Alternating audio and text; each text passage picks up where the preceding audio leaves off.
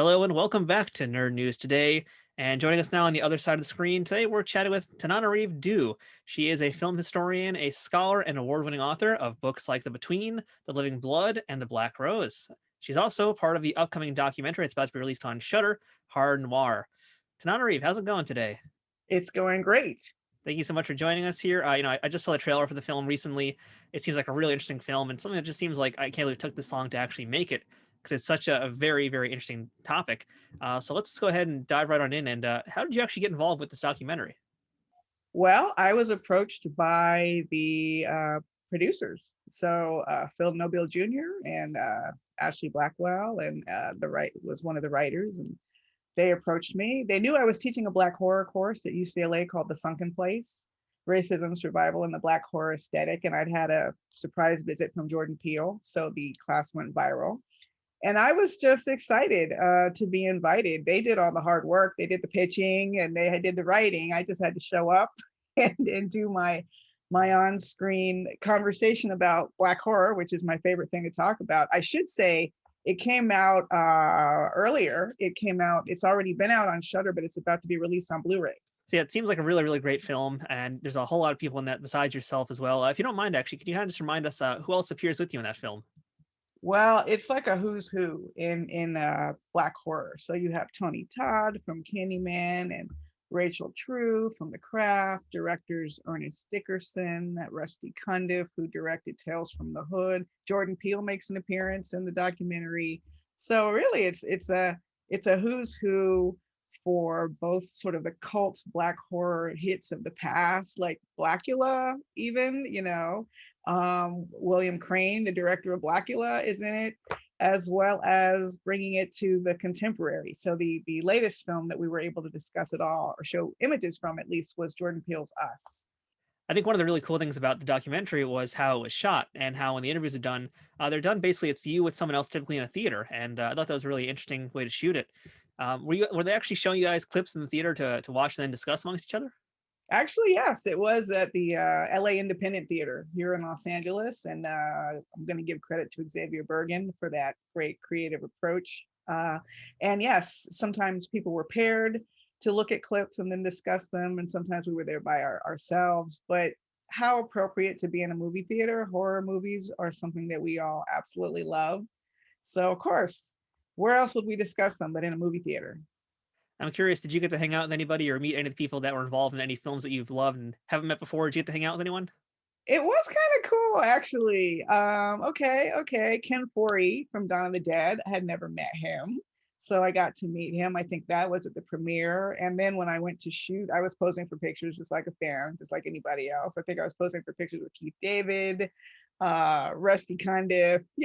It's just like I said, I'm a big fan, so I was just excited to be involved. I would love to be snapping a pic with Keith David and Tony Todd side by side. That's like the dream right there for me. Yeah, I mean all the big ones, right? All the Oh yeah. the titans in Black horror. So if you don't mind, I'd like to talk a little bit about some black horror films and some black horror film history since you are the expert in this field. And I got a few things I want to ask you about. And I think the first thing is really, I guess, like the main trope that we think about when we think about black people in horror films, and that's that they always die first. How much validity is there in that statement? Well, it's not 100%. And Dr. Rubinar Means Coleman, who wrote Horror Noire, and the book that we adapted it from, and she also appears in the documentary, makes the point that sometimes that's just to sort of demonstrate how bad the monster is. But the problem with the trope is that because the Black characters were never the lead up until very recently, it was very rare to have a Black lead in a horror movie. So you were always a side character. And side characters just don't do well in horror movies.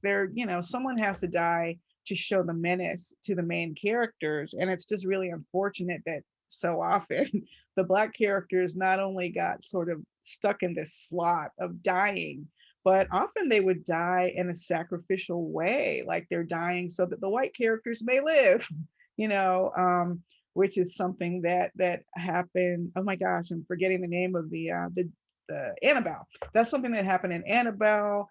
I'm going to count that as Scatman Crothers' death in The Shining, because in the novel by Stephen King, Mr. Halloran, Dick Halloran, survives the story. He's like a hero. But when Stanley Kubrick shot it, he literally had Jack Nicholson put an axe through his chest the minute he walked through the door. So he then becomes a sacrificial Negro. So he dies, he's a sacrifice. And also he was kind of a spiritual guide for Danny. And that's another one of the tropes. So if we're not dying, we're being used very often in traditional horror in tropey ways. I would say 2.5 dimensional characters rather than 3 dimensional characters. Maybe the creators just didn't know any Black people, so they're relying on older tropes, older stereotypes when they're creating their Black characters. So that's one of the things I'm excited about, is that we're kind of turning a corner, not just because we have so many Black horror creators now, but because even non-Black horror creators are starting to wake up and say, oh, yeah, we don't want to do this. We want to be more careful with all of our marginalized characters, whether they're Black or Latino or queer. It's just like people are people. I'm glad you mentioned Halloran as well in The Shining, because when I read the book, I was expecting one thing, and then by the end, I'm like, oh, he survived. What happened to the movie? So, I mean, and we could really spend, I think, a whole other discussion just talking about Kubrick's representation of Black people in all of his films. I guess it's the thing about Martin Scorsese too. It's to this day still pretty abysmal. But yeah, I mean, like you said, there's basically essentially those two tropes. There was the magical Black person, and then there's just the sacrificial Black person. So, Or sometimes both. or sometimes both. Yes, very true. So, what would you say is the earliest point that Black people are featured in films with the horror aesthetic that was maybe a little bit less just that one note? Well, it started the earliest when Black creators started to take the reins themselves, right? So there's a pretty unknown and forgettable film from 1940 called Son of Ngagi, which stars Spencer Williams, better known as Amos and Andy, in Amos and Andy, unfortunately. But he wrote a script about a Black woman scientist who basically has this gorilla-like creature living in her home, and it's full of at least characters you really weren't seeing in cinema at that time. They were all very well spoken, and it starts with a wedding, and there's a lawyer, there's a doctor, there's a police captain, there's a police officer. It's just a different view of Black life than film goers were used to. And after that, it was just sort of hit and miss, here and there. The blaxploitation era of the 1970s gave some directors some opportunities, like William Crane with Blackula. And then the 90s, of course, was a huge renaissance for Black horror. That's where we had Tales from the Hood by Rusty Cundiff, and that's where we had Eve's Bayou by Casey Lemons, which wasn't even about race or racism. It was a human story that happened to star Black characters. Again, that's just rare by itself. So I would say there were a lot of great and strong inroads in the 90s, a few inroads in the 70s, but we've never had a flowering like we have now post Jordan Peele's Get Out. It's a really, really unique time for Black horror right now. Yeah, one of the horror movies I watched very young as a kid, which is probably not a great idea, but one of my favorites also to this day is Night of the Living Dead. And that Yes. was also like pretty surprising to me to see that it had this Black character as the main person in the film. And I feel like, it's not really talked about as much as it should be these days. But I always found it to be very interesting. And it's also a movie that really touches a lot on classism, on racism. It's an interesting metaphor for just a lot of things besides just being a zombie film. How important was Night of the Living Dead for kind of getting Black people into the horror genre? I'm really glad you brought up Night of the Living Dead, because I left that one out on my list. I mean, George A. Romero was not a Black creator, but here in 1968, he's releasing this classic black and white horror film, the first modern incarnation of cinematic zombies as we know them today. There had been other zombies that were more from the sort of Haitian Vodou tradition, or at least as Hollywood depicted it, where they were just sort of robbed of their agency and shambling around doing as they were told. And Romero busts out with this film where he called them ghouls, not zombies though, where they're trying to eat you and they're attacking you and they use tools. And he could have just left it at that and been groundbreaking. But somehow along the way in the casting process, he came across Dwayne Jones and decided he was the best actor for the part. And I've heard it said enough times by enough people who actually talked to Romero that he did not intentionally seek out to find a Black actor for that part. Now, when we look back on it today, it seems like a no-brainer that he might have done that, because it's so shocking in 1968. You have to remember, this is a decade when they were still having lynchings. This was a decade when a Black man looking at a white woman the right way, or wrong way rather, might be attacked or who knows, or lynched. And here he has Dwayne Jones as the lead, basically knocking out Barbara, the Black woman, when she's hysterical, fighting all these white zombies. And the joke for me is that audiences, I don't know if audiences were more afraid of the ghouls or more afraid of Dwayne Jones. It's like, holy cow, that had to be scary. Just to see him in charge had to be scary, especially when you see now our political climate where there is so much fear around the rising power of marginalized voters and the shifting demographics of the country. Mirror image to the 1960s, the same, fears about the passage of the Voting Rights Act and the Civil Rights Act, a lot of unrest around the Vietnam War. So it's not just racial allegory, but also I think one of the characters in Night of the Living Dead is sort of looks kind of like a hippie, she's got the long hair and the jeans, counterculture sort of homage. There was a lot happening. There was a lot happening in 1968. So definitely having Dwayne Jones in that lead in Night of the Living Dead is one of the absolute high points, in Black horror.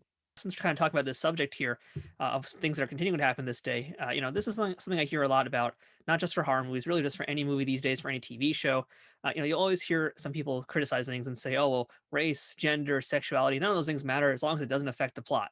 But then you'll hear those same exact people say, oh, well, it's tokenism and it's forced diversity. And it's just like, what's going on here? Watching Star Trek Discovery, one of my favorite shows now, you hear that constantly with people. So, it's just interesting to see it, even back then, 50 years ago, 60 years ago, you're still basically hearing the same thing, just in that case, probably worse. Right. And then you start to realize it's not an accident that so many marginalized actors and creators have been kept out. It's just, I mean, there still is some resistance, but luckily it's changing. It's changing a lot. And part of the reason it's changing is because it's very, very profitable.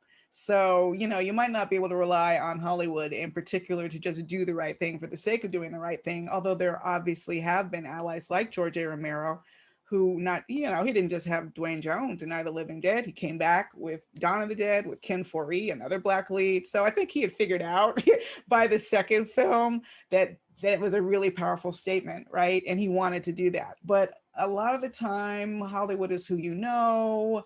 And then there's also just this resistance to seeing Black characters, marginalized characters, just being human, like as if the story's not for you somehow because there's a Black actor in it, when in fact, as a Black horror fan, my whole life, any movie I watched, any TV show I watched, I had to watch despite the fact there weren't any Black women who reminded me of me. I learned how to identify with the Black male lead, or white male lead rather. I learned how to identify with the white women in the series. So all of us do have the capacity to just see story as story, and it's just taking a little while for that to happen. But I will give horror fans credit for one thing.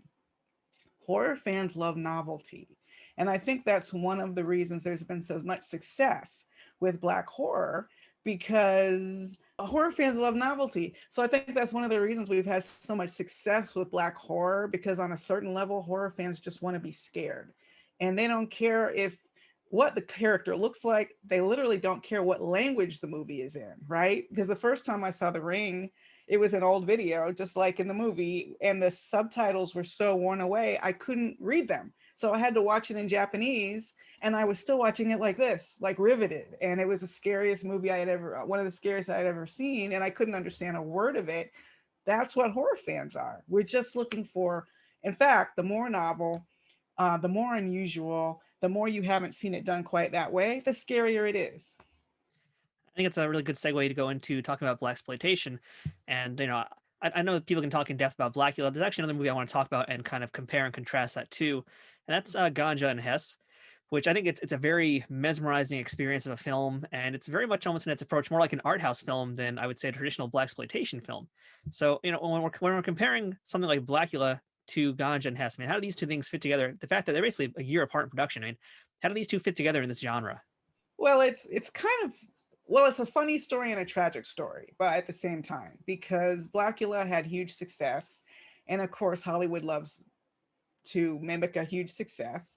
So a playwright and screenwriter named Bill Gunn was given a chance to make a vampire movie, which he had no intention or interest in making. He really wasn't that interested in making a traditional vampire movie. He certainly was not interested in making a Blackula ripoff. So he really took control of that production, wrote it, shot it almost in secret. And then, the real tragic part is that even though we look back on Ganja and Hess now and think, oh my gosh, it's so beautifully shot. The acting is incredible. Philosophically, it's talking about a lot of things. It's about addiction, it's about heritage, it's about class. I mean, there's a whole class room full of conversations happening in Ganja and Hess, but it was so despised by the powers that be that it was in what I would call movie jail. You literally had to go to a museum and check it out to watch it, like one person at a time. And it's only now in recent years, like that it's out and more people are getting the chance to see this film. And unfortunately, the filmmaker passed away quite some time ago. Never really seeing the flowering of opinion, around Ganja and Hess now. So you did mention, by the way, at the start of this interview that you're teaching a class that is very much about Jordan Peele's Get Out and about Black horror. And I'd love to hear, what actually do you teach in that class? It sounds like a real interesting class I wish I could take. Such a fun class. And I'm not just saying that because I teach it. So it's called The Sunken Place: Racism, Survival, and the Black Horror Aesthetic. And I will say that even though, of course, we dig deeply into Get Out and the context of even the interracial relationship in Get Out, it's not just about Get Out. I really used Get Out as a linchpin to talk about the history of Black horror. It's like, so Get Out was this great example that everybody knew. And it's my chance to say, aha, students, let's study Get Out. Get Out is brilliant, but let's also talk about these other films like Ganja and Hess and Tales from the Hood. And I tweet so much that a reporter wrote a story when I was just talking about planning the course. And when Jordan Peele and Monkey Paw saw the story, I was able to invite him to surprise the class. And the class actually went viral. One of my students shot like maybe literally 30 seconds of footage when he first walked in the door, and my class was going crazy. And there were so many questions about it that my husband, Stephen Barnes, and we collaborate on horror as well, decided to do an online version of the class that's not at UCLA and you don't get grades, but it's at www.sunkenplaceclass.com. Very cool. So I hope folks will check that out here today. Now, one last question before we wrap up this interview. And yeah, I'd love to talk to you again more in depth another day if we can. But just really, is horror an effective tool to kind of cross boundaries and heal a nation as divided as this one today? I really do think so. I think Get Out and the power of Get Out really demonstrated the power that horror can have to sort of hold up a mirror to society, to show us our own fears, and also to show us when we're the monsters, quite frankly. And in terms of, addressing our times now, it's the political, but also a lot of us are just on the survival level. We just came out of 2020 and a pandemic, and I saw a study in the New York Times that said something that's not surprising to me. People who love horror were more emotionally prepared to deal with the pandemic. Now, I don't know if that's true, but that's what they said. It's certainly anecdotally the reason I feel like I love horror. And I also feel that that's why traditionally Black viewers specifically have always loved horror, maybe disproportionately to other audiences, but I don't really know that. It's just anecdotal. But so many people I talk to learned to love it from their grandparents, their grandmothers in particular, which is interesting. I know I learned to love it from my mother, who had suffered racial trauma in the 1960s civil rights era. So I think horror does have a unique ability to help us sort of leach out what scares us, put it up on a screen in a way that we can wrap our minds around it. Like, instead of a formless fear, it's a monster, it's a demon, it's a zombie. And then we can watch characters rise to the occasion or fall to the occasion. And either way, you can learn from them, right? You can learn survival tactics, even if it's what not to do, like Barbara and Night of the Living Dead. Do not fall, do not trip, find a weapon, hide, all those lessons. And those lessons sometimes come into play in real life. So I think one of the things that has made horror noir so popular is that horror fans of all types are looking at this and saying, yeah, horror is a unique way to look at trauma. Like the latest Halloween movie, which Jamie Lee Curtis is like the long-term effects of this trauma she suffered. So it's been, I think, really eye-opening to audiences to look at the relationship between horror, trauma, and healing. And we could all use a lot of healing in 2021. Absolutely. And on that note too of Barbara and Ben, if it wasn't for Ben picking her up, she'd be dead. If that's not a metaphor, I don't know what is. That's great. So true. So true. So thank you so much, Tananarive. We barely scratched the surface today, so I hope we can chat again sometime and have a little more of an in-depth discussion because there's so much more to discuss. And it's wonderful chatting with someone like yourself about this topic. Well, thank you so much. I appreciate talking to you. Let me know when it comes out.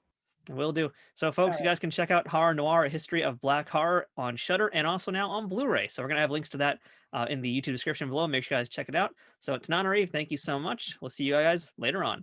Thank you. Bye-bye.